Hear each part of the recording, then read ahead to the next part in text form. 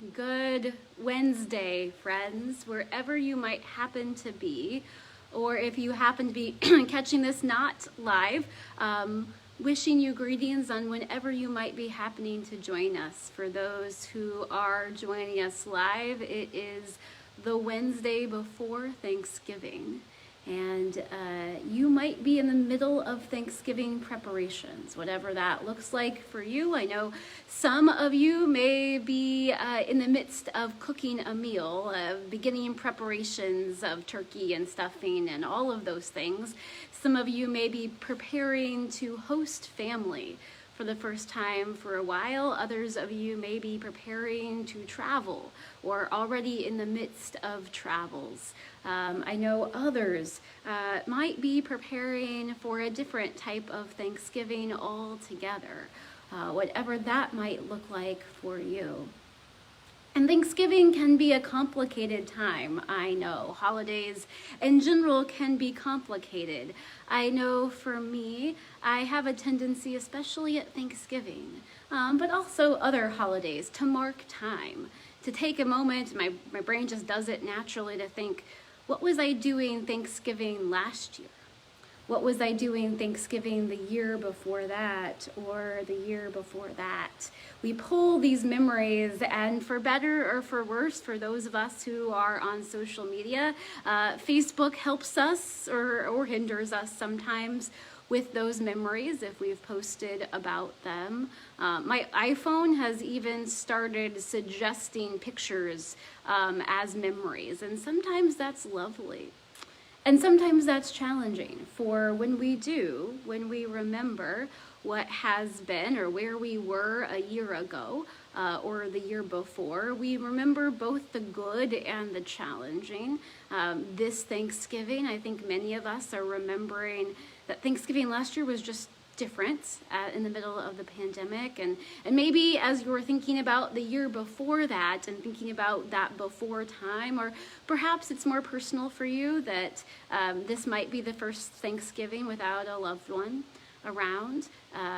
Grief comes up in all of these different kinds of ways, as well as celebration. But it seems like that often as we are preparing for one holiday, as we're in the midst of our preparations today for the holiday, whatever that looks like, we often are also looking back and remembering what has been, and all of its good and joyful and hard and complicated.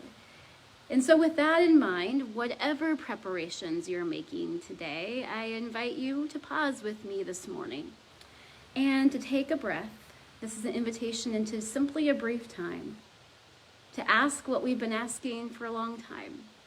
Where have you seen God at work? Where have you seen God at work in yourself, in your life, in those living around you, and in our world?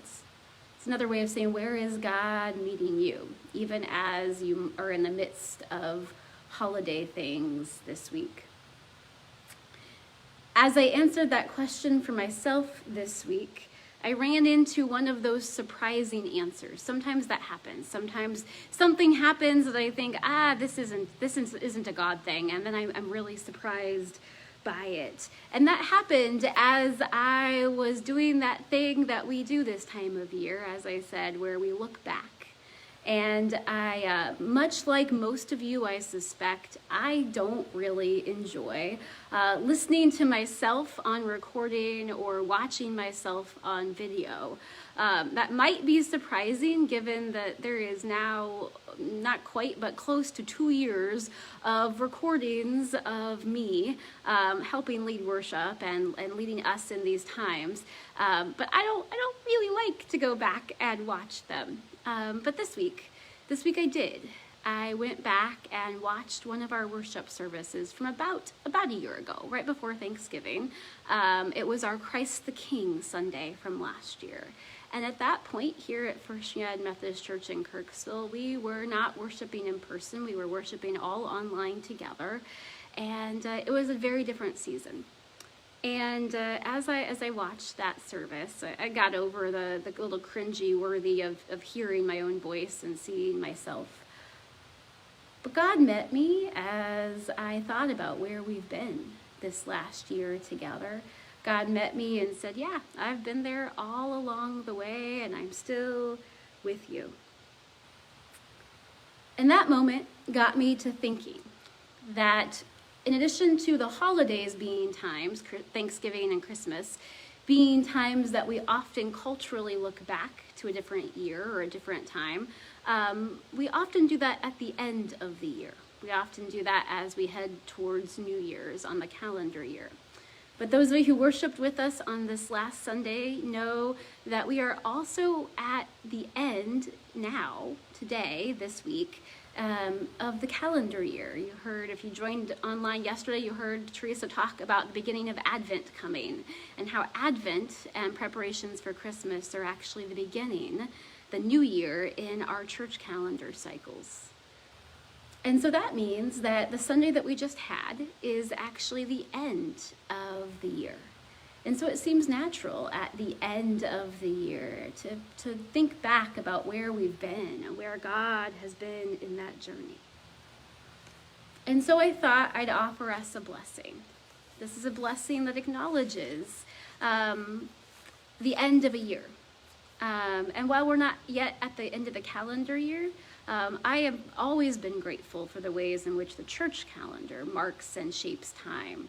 And so perhaps this year especially, it seems to make some sense to have a blessing at the end of this church year as we're heading into new seasons, as we're heading into Advent. Those of you who join each week will know this is a book of blessings by John O'Donohue that we've been using in this fall season on these Wednesday times. So there's a blessing at the end of the year. The particular mind of the ocean, filling the coastlines longing with such brief harvest of elegant, vanishing waves, is like the mind of time, opening us shapes of days. As this year draws to its end, we give thanks for the gifts it brought and how they became inlaid within, where neither time nor tide can touch them. The days when the veil lifted and the soul could see delight, when quiver caressed the heart and the sheer exuberance of being here.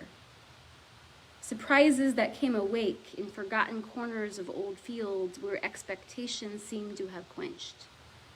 The slow brooding times when all was awkward and the wave in the mind pierced every soul with salt.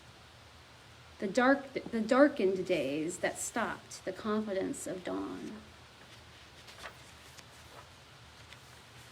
Days when beloved faces shone brighter with light from beyond themselves, and from the granite of some secret sorrow a stream of buried tears loosened. We bless this year for all we have learned, for all we have loved and lost, and for the quiet way it brought us nearer to our invisible destination. I love this. There's some beautiful words in here.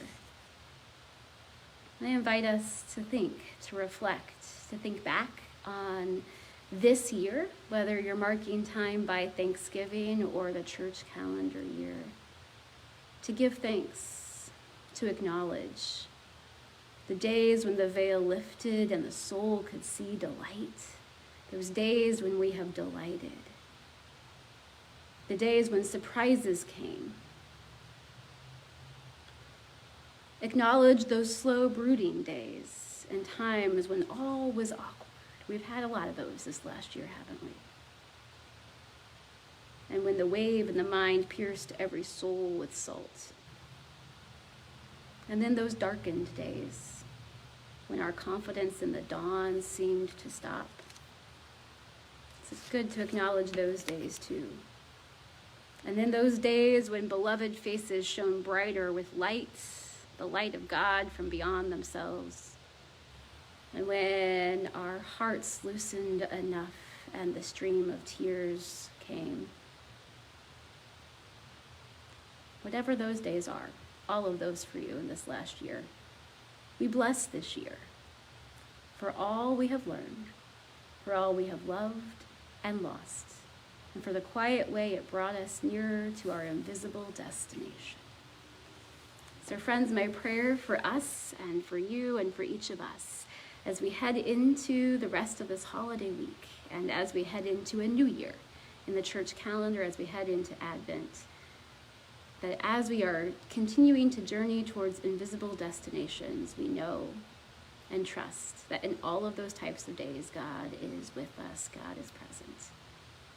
Go into this week knowing you are loved. Amen.